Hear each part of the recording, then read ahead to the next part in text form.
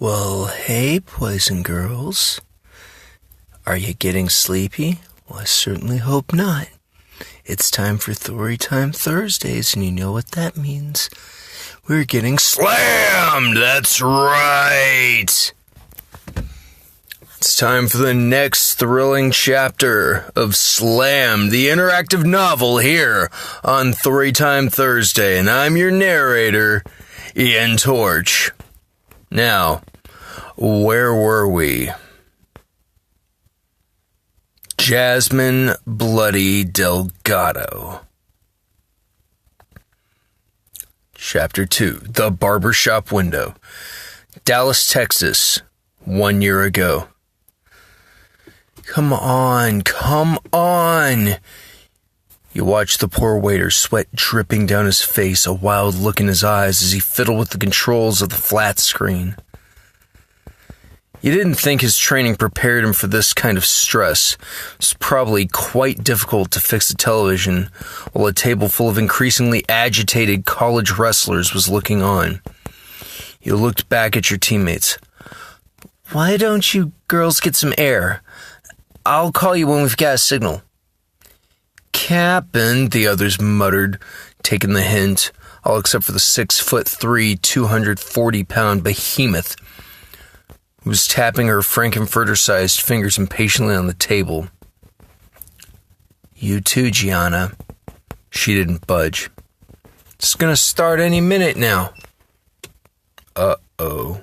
You knew that look. Gianna. Her fist hit the table with the sound of a semi-truck ramming a heifer. We're gonna miss it! Her voice echoed from end to end of the Boom Boom Grill and drew a lot of apprehensive glances your way. You could see one of the waitresses whispering urgently to the manager. You gave everyone a strained smile, then walked up to Gianna and casually placed an arm around her shoulders. Gianna, we've been friends for how long now? 10 years, ever since you... Great. You know you're my girl, right? You can trust me, yeah? Of course. You don't even need to... Great. Now, trust me when I say that if we get kicked out of another restaurant, if we miss another GWA pay-per-view, you brought your arm around her neck in a tight grip. I will personally body slam your fat Samoan ass onto the open grill. I'll tell your aunt that you never play as her in Legends of GWA. I'm flushing your solitary action figure down the toilet. Well, they did say Samoan. This is wrestling.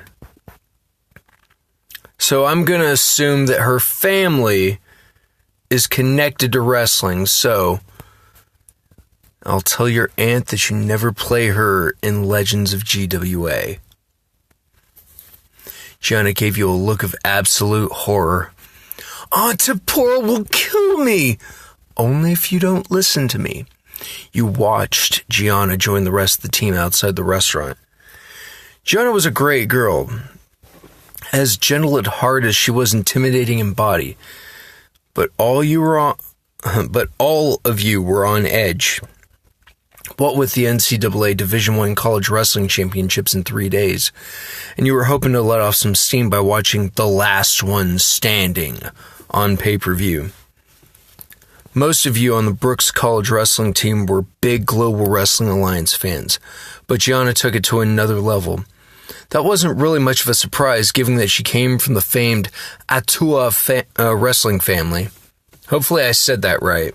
If I didn't, let me know phonetically how to say it in the comments below.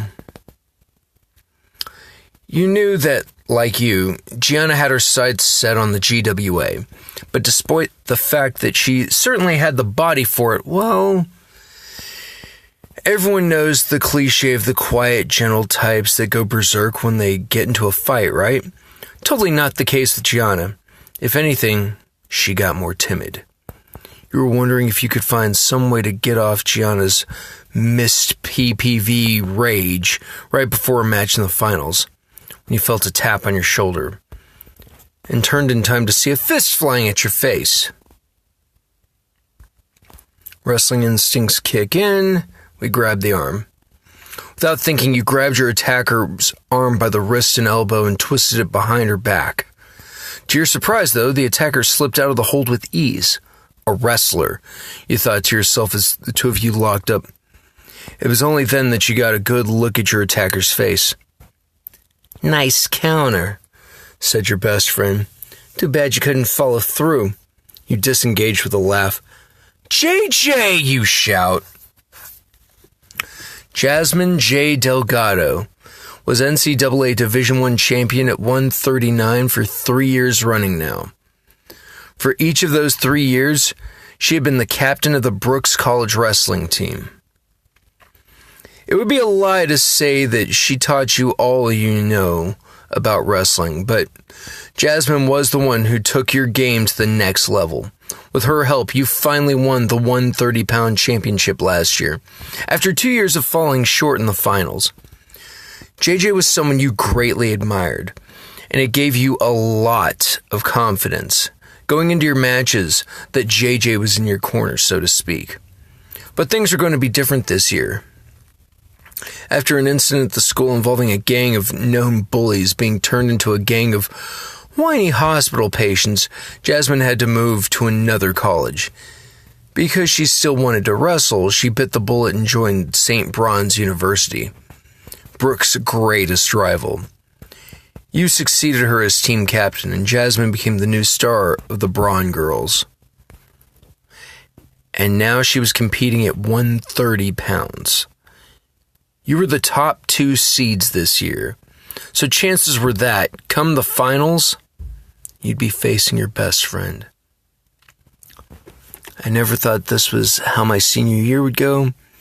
I never really thought about it until now. I suppose it was inevitable, in a way.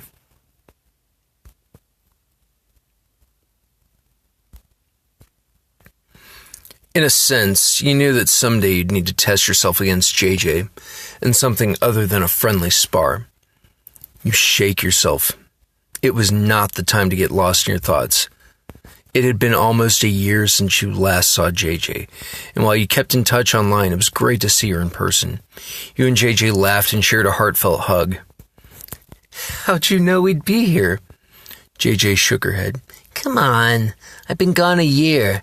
Since you told me about Ringo's closing, I knew that Boom Boom would be the only place in your school showing GWA pay-per-views live." You heard a crackle, followed by coughing sounds. You and JJ turned to see the waiter looking in dismay at a smoking flat screen. "Or at least they used to." JJ scratched your head. "Why don't we bring the team over to my place? The tenant just moved out, and we can order the pay-per-view there. My treat." "Thanks, but I don't think that's a good idea. We're opponents now." "Great, it'll be just like old times." "Sure, why not? I don't really care where I watch the PPV."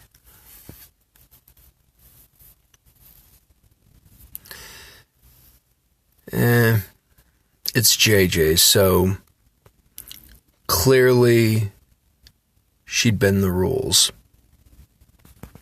She wouldn't break them. JJ slapped you on the back. "That's my girl." You waved the others over to tell them the good news. JJ's house was furnished differently.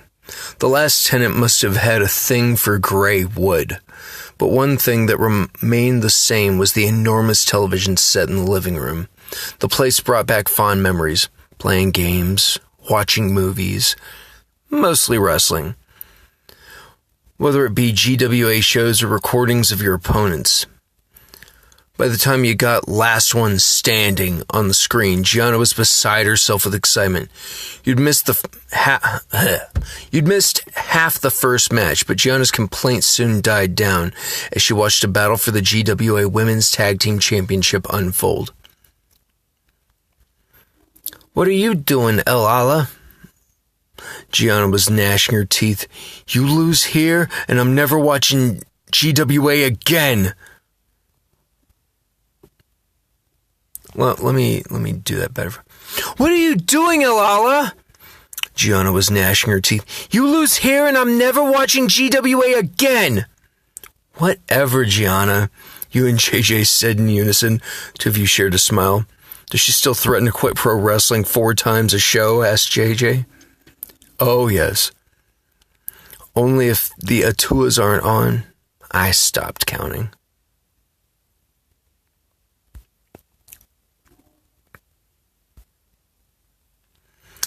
Gianna's relations were, of course, the exception to her love-hate relationship with pro wrestling. Gianna was the one who introduced you and JJ to the GWA. Maybe it'd be more accurate to say reintroduced in your case.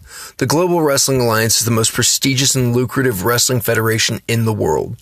One of the splinter groups that formed after the collapse of Haskell Munchnick's championship wrestling universe in the late 80s. It survived competition with the likes of the League of Heavyweights and a brutal corporate civil war to become the uncontested leader in the field of professional wrestling. You'd been an avid fan in your youth, back in what was referred to as the Adjective Era, with stars such as Flashin' Frank Garfield, Sweet Taffy Torres, and Brutal Bukowski. Your interest waned when you entered high school, and when Gianna forced you to watch an episode of Wednesday Night Wrestling, the GWA's flagship show, you were shocked by how radically different the product was.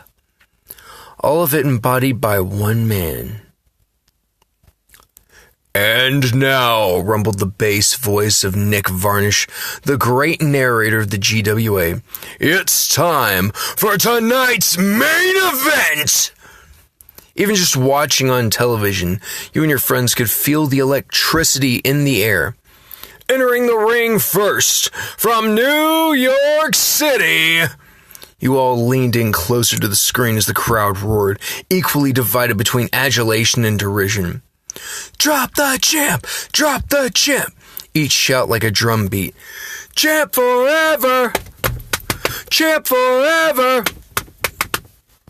Each sing-song chant like a pulse racing. Your undisputed global wrestling champion, Solitary!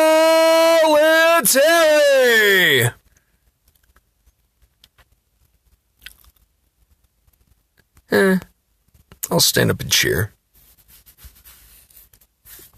Solitary, the eternal champion. The year after Solitary joined the GWA was the year of the most radical shift in the history of the Alliance. To rekindle dwindling interest in professional wrestling, Cameron Dobbs, GWA's CEO, announced that they would start incorporating shoot fights, unscripted matches, in their cards. Which matches were worked or scripted and which were actual fights became the most closely guarded secret in the industry. But while the initial announcement was met with a great deal of skepticism, it soon became apparent, even to casual viewers, that some of the matches being shown live on live television were not being choreographed beforehand. While the GWA brass fought off legal and moral challenges, audience interest soon spiked, and Wednesday Night Wrestling reached new ratings heights. Then, Dobbs took it a step further and announced that from Ring of Valhalla 10 onwards, the GWA World Championship would only change hands in a fight. At ROV 10, GWA reigning champion Paul Prototype was paired with an unheralded cruiserweight called Hodge Stevens. Ring name, Solitary. The move was met with much criticism. What did it matter if a fight is unscripted if it's clearly a mismatch? And then, Solitary won. Solitary! Solitary! Fight after fight, year after year, Solitary kept winning. And he didn't stop bucking expectations inside the ring. He came out as gay, lambasted the Dobbs family, agitated for the unionization of wrestlers. Solitary! Solitary! Dobbs couldn't fire him, not without tanking ratings and tarnishing their entire shoot hybrid experiment. So instead, the GWA brass tried to stack the deck against him at every title defense. Solitary agreed to every proposed handicap in exchange for changes to his contract whenever he won. And since he just would not lose, he soon had more control over his matches, appearances, and merchandise than any professional wrestler had ever had. This pay-per-view, Solitary was facing a 3-man gauntlet, his most daunting challenge yet. But if he won, from then on he would only have to defend his title once a year at Ring of Valhalla. Solitary! Solitary! JJ turned to you. The champ is going down this time, don't you think? No way. They call him the Eternal Champion for a reason. Sure, it's obviously still rigged. Yes, no way he can beat 3 men in a row. Well, what's it gonna be? What do we say next time?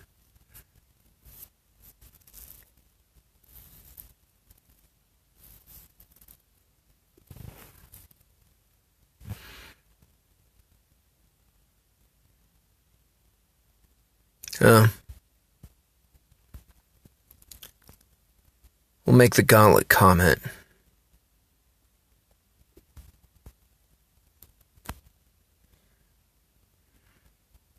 JJ smirked. That's what you said last year. Remember, he beat Cruiser and Destroyer at the same time.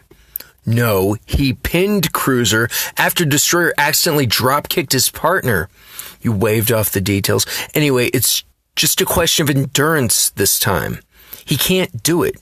And if he pulls it off again, will you be happy? Sure, Solitary's an inspiration to me. That's just the way it is. If he wins, he deserves to be champion. Nope, he's obnoxious as hell. No, it's starting to get boring.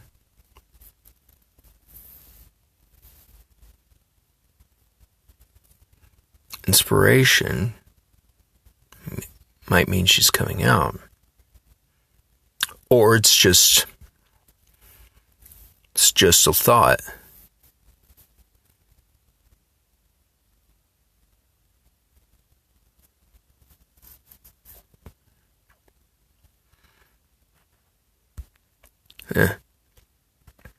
I mean, he's had everything and everyone going against him, and he made it to the top through talent and determination.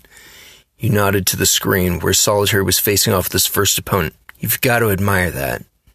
JJ nodded. He's why you want to be a pro wrestler. You looked at JJ. One of the reasons, sure. You were interrupted then by a roar from the crowd. What's going to happen, boys and girls? Guess we'll have to find out next time. Until then, this was Thorytime Thursdays. Like, share, and subscribe. Click the bell to stay notified. Now it's time to tuck in. And remember, the story keeps going.